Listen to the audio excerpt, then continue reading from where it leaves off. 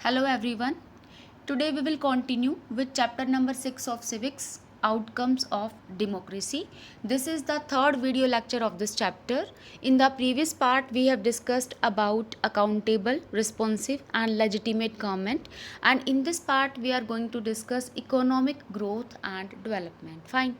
तो पिछले जो पार्ट थे उसमें हमने पढ़ा है कि जो डेमोक्रेसी है that should be accountable, responsive and the legitimate government. Okay, तो जब डेमोक्रेसी इतनी अच्छी गवर्नमेंट को अगर प्रोड्यूस कर सकती है, इतनी अच्छी गवर्नमेंट अगर प्रोड्यूस करती है डेमोक्रेसी, तो डेमोक्रेसी के अंदर जो इकोनॉमिक डेवलपमेंट है वो एक अच्छा प्रोड्यूस क्यों नहीं होता। मीन्स मतलब डेमोक्रेसी जो है वो एक अच्छे इकोनॉमिक डेवलपमेंट को क्यों नहीं देती है, क्योंकि बहुत सारे एविडेंसेस हमें यही दिखाते हैं, एक स्टडी हमें ये दिखाती है कि जो डेमोक्रेसीज़ है वहाँ पे लेवल ऑफ डेवलपमेंट कम होता है rather than democracies. If you consider all democracies and all the dictatorships for the 50 years between 1950 and 2000, अगर हम 50 साल का टाइम पीरियड देखते हैं 1950 से 2000 के बीच के अगर टाइम पीरियड को देखेंगे, डेमोक्रेसी और डिक्टेटरशिप को अगर हम देखें तो वहाँ पे हम क्या पाते हैं कि जो डिक्टेटरशिप है वो कहीं ना कहीं डिक्टेटरशिप्स का जो इकोनॉमिक ग्रोथ रेट है वो हायर है than the democracies. Okay, so the inability of democracy to achieve higher economic development worries us. तो ये बड़ी चिंता की बात है कि डेमोक्रेसीज के अंदर जो इकोनॉमिक डेवलपमेंट है वो इतना ज़्यादा नहीं होता जितना कि डिक्टेटरशिप में होता है। But this alone can not be reason to reject the democracy. लेकिन सिर्फ इस बेसिस पे हम डेमोक्रेसी को रिजेक्ट नहीं कर सकते कि डेमोक्रेसी के अंदर जो है इकोनॉमिक डेवलपमेंट कम है, क्योंकि और इतनी बहुत सारी क्वालिटी हैं डेमोक्रेसीज़ के अंदर।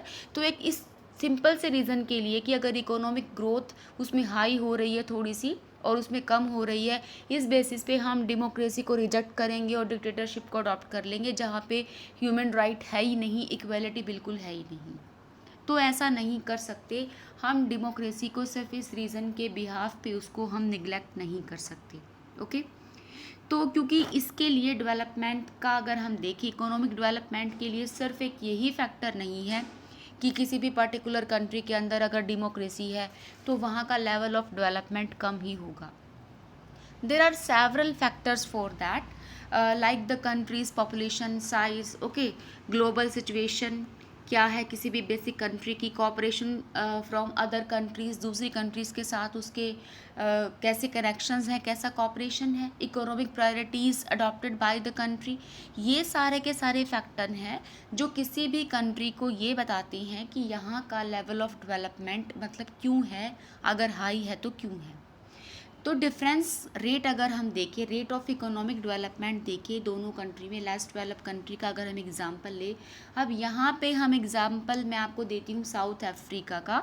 अगर हम साउथ अफ्रीका कॉन्टिनेंट की कंट्रीज़ पे जाते हैं, किसी भी लेस डेवलप्ड कंट्री का अगर एग्जांपल लेते हैं तो वहाँ पे हम क्या देखते हैं, मतलब दो लेस डेवलप कंट्री का एग्जांपल ले रहे हैं साउथ अफ्रीका का, एक में डिक्टेटरशिप है और दूसरी में डेमोक्रेसी है। तो हम क्या देखते हैं कि जो लेवल ऑफ डेवलपमेंट है दैट इज़ नेग्लिजिबल, वो ना के बराबर है, थोड़ा बहुत, हाँ ठीक है डिफरेंस है लेकिन थोड़ा बहुत ही डिफरेंस है, बहुत ज़्यादा डिफरेंस नहीं है।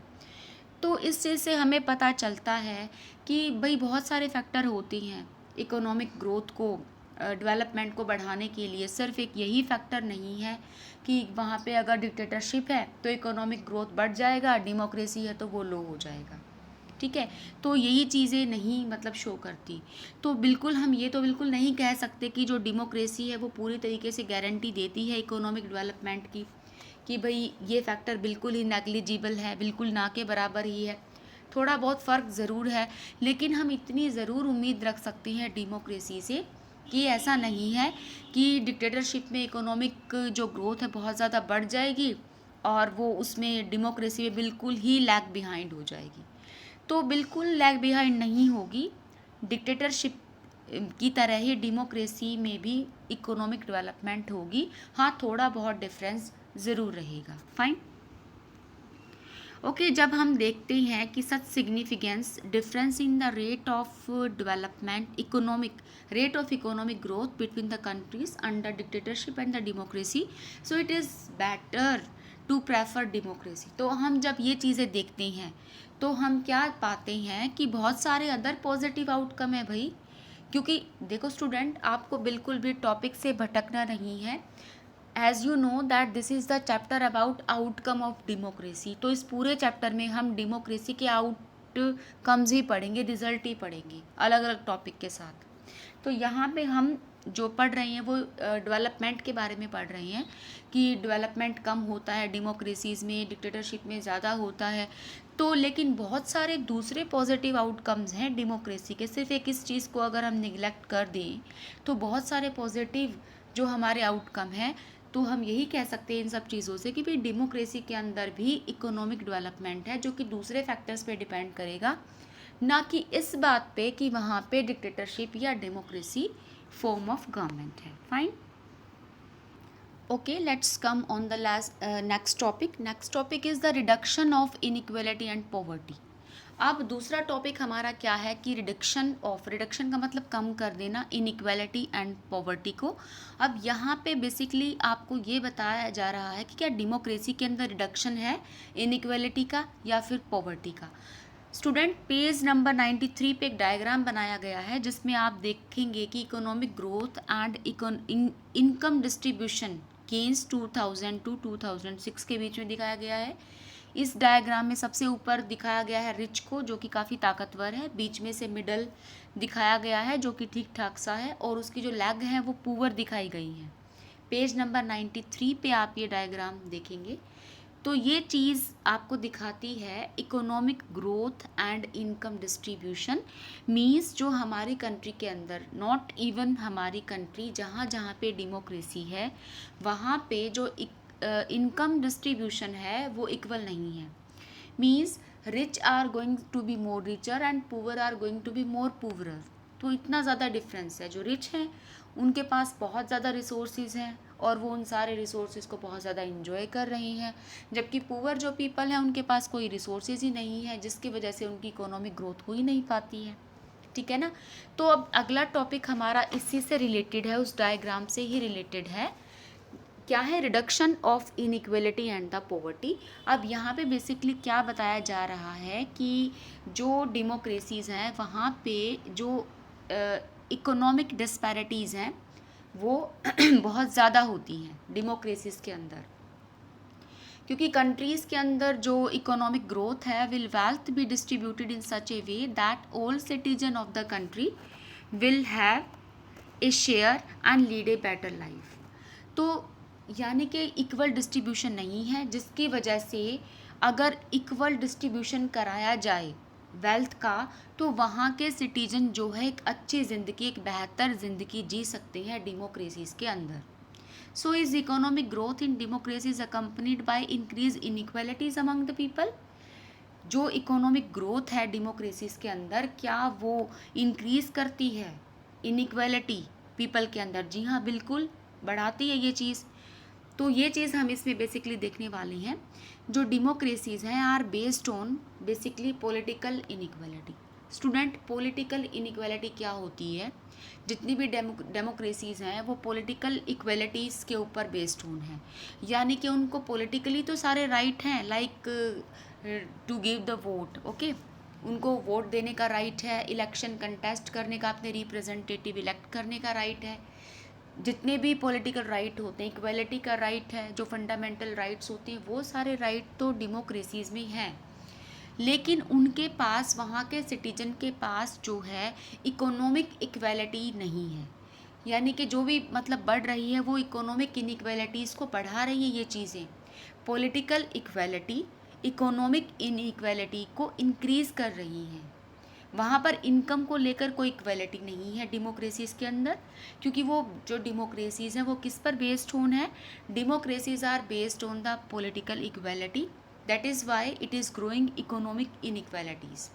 A small number of ultra rich enjoy a highly disproportionate share of wealth and income. मतलब एक इंसान जिसके पास बहुत कुछ है, बहुत सारे पैसे हैं, बहुत सारे रिसोर्सेज हैं, वो दुनिया भर की इनकम को यूज़ करता है, दुनिया भर के रिसोर्सेज को यूज़ करता है। आप देख सकते हो छोटा सा एग्जांपल लेकर, जैसे कि पेट्रोलियम है। पेट्रोलियम कि जो है हम कहते हैं कि पेट्रोलियम को बचा के रखना है आने वाली जनरेशन के लिए, इसको बनने के अंदर, इस पेट्रोलियम को बनने में हज़ारों साल लग जाएंगे, ऐसा हम कहते हैं कि इस रिसोर्स को हमें बचा के रखना है। तो जो रिच पीपल है, जिनके पास सब कुछ है, जो सारे के सारे रिसोर्सेज जो एंजॉय करते हैं, एक घर में 4-4 5-5 गाड़ियाँ उनके घर में हैं, अगर मतलब थोड़ी सी दूर के लिए जाना पड़े तो उस फैमिली का हर मेंबर अपने अलग अलग जो है व्हीकल को यूज़ करेगा, अपनी अपनी गाड़ी को यूज़ करते हैं। लेकिन जो पुअर पीपल हैं उनके पास तो एक भी गाड़ी नहीं है, इट मीन्स वो तो पेट्रोलियम को बिल्कुल भी यूज़ नहीं कर रहे। तो इस तरीके से हम क्या देखते हैं कि जो रिसोर्सेज हैं उनका भी इक्वल डिस्ट्रीब्यूशन नहीं है। कोई तो रिसोर्सेज को बहुत ज़्यादा यूज़ करता जा रहा है और जिससे रिच रिच बनता जा रहा है, क्योंकि कहावत आपने सुनी होगी कि पैसे को ही पैसा कमाता है। अगर उसके पास पहले से ही पैसा है तभी वो मोर मनी को जो है वो अर्न कर सकेगा। लेकिन जो पुअर पीपल है, जिनके पास ना मनी है ना रिसोर्सेज हैं, तो वो क्या यूज़ करेंगे। तो इस तरीके से ये इतनी ज़्यादा इनइक्वालिटी जो है वो इकोनॉमिकली बढ़ गई है। तो हम यहाँ पर क्या देखते हैं कि जो बॉटम लेवल पे है सोसाइटी के, have very little to depend upon, उनके पास बहुत कम है। Their income have been declining, उनकी धीरे धीरे इनकम बिल्कुल कम है और कम होती जा रही है। कई बार तो उनके पास ऐसे सिचुएशन आ जाती है कि जो बेसिक नेसेसिटीज़ ऑफ लाइफ हैं, like the food, clothing, house, education, health, ये सब अपनी रिक्वायरमेंट को भी वो पीपल जो है वो पूरा नहीं कर पाते, पुअर पीपल, राइट। तो इस तरीके से हम क्या देखते हैं कि जो डेमोक्रेसी है, डेमोक्रेसी में ज़्यादातर क्या है, इनइक्वालिटी है, मतलब reduction of inequality and poverty बहुत ही ज़्यादा कम है। And in actual life, democracies don't appear to be very successful in reducing economic inequalities। और अगर हम देखें तो डेमोक्रेसीज में ऐसा लगता नहीं है देख के कि इकोनॉमिक इनइक्वालिटीज़ को कम किया जा सकता है। ठीक है, वैसे क्या होना चाहिए बेसिकली, जब जो इनइक्वालिटीज़ है, पॉवर्टी है, उसको कम किया कब कैसे जाएगा कि सबके पास अपनी ज़रूरतें पूरी करने के लिए पैसे हों। एटलीस्ट इतना तो हो कि लोग अपनी बेसिक नेसेसिटी ऑफ लाइफ की कम पूरी कर सकें, वो तो ऐसे तो जी सके, इतना तो डिफरेंस नहीं होना चाहिए ना। वो बात अलग है कि मतलब अगर हर चीज़ का मतलब नेशनलिज्म कर दिया जाएगा, प्राइवेटाइजेशन ख़त्म कर दिया जाएगा तो कंपटीशन ही ख़त्म हो जाएगा। वो चीज़ तो ना हो बेशक, लेकिन इतना तो ज़रूर हो कि इतना तो ना हो कि एक इंसान के पास तो इतनी ज़्यादा प्रॉपर्टी पड़ी है, इतना ज़्यादा पैसा है और दूसरे के पास खाने को रोटी भी नहीं है। तो ये इनइक्वालिटीज़ तो बिल्कुल कम होनी चाहिए, ठीक है। और क्लास 9 इसमें लिखा है कि जो इकोनॉमिक्स की टेक्स्ट बुक है उसमें आपने पहले से ही पढ़ा है पॉवर्टी के बारे में क्लास 9 में। And the poor constituent a large proportions of our votes, okay, and no party will like to lose their vote, किसी भी तरीके से, क्योंकि जो पुअर पीपल है ना, वहाँ से एक बहुत बड़ा वोट बैंक मिलता है किसी भी लीडर को, किसी भी पॉलिटिकल लीडर को, और कोई भी लीडर वहाँ से अपना जो वोट बैंक है वो लूज़ नहीं करना चाहता पुअर पीपल से। क्योंकि अगर पुअर पीपल से वहाँ पे अगर ये सब चीज़ें ले आए, इक्वलिटी ले आए, ये सब ले आए, तो फिर उनको मतलब कौन प्रेफर करेगा, कौन उनको प्रॉपर वोट करेगा। क्योंकि हर कोई बेसिकली पुअर पीपल ही तो सोचते हैं कि भाई कौन सी पॉलिटिकल पार्टी आएगी, हो सकता है ये लीडर हमें मतलब हमारे लिए कुछ अच्छा कर दे या कोई नई स्कीम्स लेकर आए। क्योंकि बेसिकली जो हमारे लीडर्स होते हैं, पॉलिटिशियंस होते हैं, पुअर पीपल को ही तो ये लालच देते हैं ना कि अगर हम सत्ता में आए तो हम आपके लिए ये करेंगे, ये स्कीम्स लेके आएंगे, ये करेंगे, वो करेंगे, ओके। तो ये बात है। तो इस तरीके से हम कह सकते हैं कि जो डेमोक्रेटिकली जो इलेक्टेड गवर्नमेंट है don't appear to be as keen, लेकिन बाद में मुकर जाते हैं। डेमोक्रेटिकली जो गवर्नमेंट जिसको वो लोग चूज़ करते बाद में मुकर जाते हैं, बाद में जो उन्होंने प्रोमिसेस किए हैं वो फॉल्स हो जाते हैं और उनकी ये होप और एस्पिरेशंस को पूरा नहीं कर पाते। And the situation is much worse in some other countries also, लेकिन इससे भी ख़राब सिचुएशन है कुछ कंट्रीज़ के अंदर। लाइक अगर हम एग्जांपल देखें बांग्लादेश का, जहाँ पे आधी से ज़्यादा पॉपुलेशन भूखी मर रही है और वो जो डेवलप्ड कंट्री है उन पे डिपेंडेंट है अपनी लाइवलीहुड के लिए। वहाँ से मतलब कुछ लोग वहाँ से पढ़ लिख कर पढ़ने जाते हैं, वहीं पे सेटल हो जाते हैं, या फिर कोई और दूसरे बिजनेसेस करते हैं डेवलप्ड कंट्री के साथ। तो कहीं ना कहीं जो रिच कंट्री है उन पे डिपेंडेंसी है पुअर कंट्रीज़ की। तो इस तरीके से यहाँ पे इस आउटकम में हम बेसिकली क्या देखते हैं, इस आउटकम में हम यही देखते हैं डेमोक्रेसी के, इसमें reduction of inequality and poverty, कि डेमोक्रेसीज के अंदर जो रिडक्शन है वो इनइक्वलिटीज़ का एंड पॉवर्टी का वो बहुत ही ज़्यादा कम है। ये डिफरेंस बहुत ज़्यादा है रिच एंड पुअर के बीच में। ये एक कार्टून है, आपकी पिक्चर में एक जो कार्टून बनाया है उसके फेस को बिल्कुल कवर किया हुआ है, उसको ये पहना रखा उसके फेस पे मास्क टाइप। तो ये चीज़ ये दिखाती है इस कार्टून में कि किस तरीके से एक पुअर की वॉइस को दबा दिया जाता है, एक पुअर की वॉइस को बंद कर दिया जाता है डेमोक्रेसीज के अंदर। Fine, so that's all about today's lecture. Rest part of the chapter we will discuss in the next video lecture. So thank you for being with me.